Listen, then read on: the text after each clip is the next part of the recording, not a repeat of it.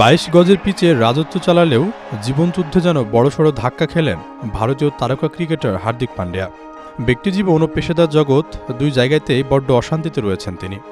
২০১৮ সালে Serbian model নাতাশার সঙ্গে সম্পর্ক, এরপর ২০২০ সালে তাদের ৪ হাত এক হয়।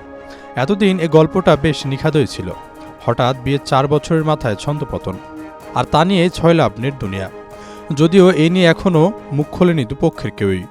তবে সব ছাপিয়ে আলোচনার কেন্দ্রে যদি সত্যিই তাদের বিচ্ছেদ হয়, তাহলে হার্দিকের সম্পত্তির ৭০% চলে যাবে নাতাশার দখলে।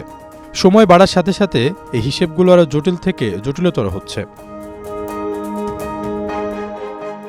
কথায় আছে, পুরুষের দুঃসময়ে নাকি নারীরা পাশে থাকে না, আর বিপদ হলে তো কথাই নেই, আগেভাগে সরে পড়েন নারীরা।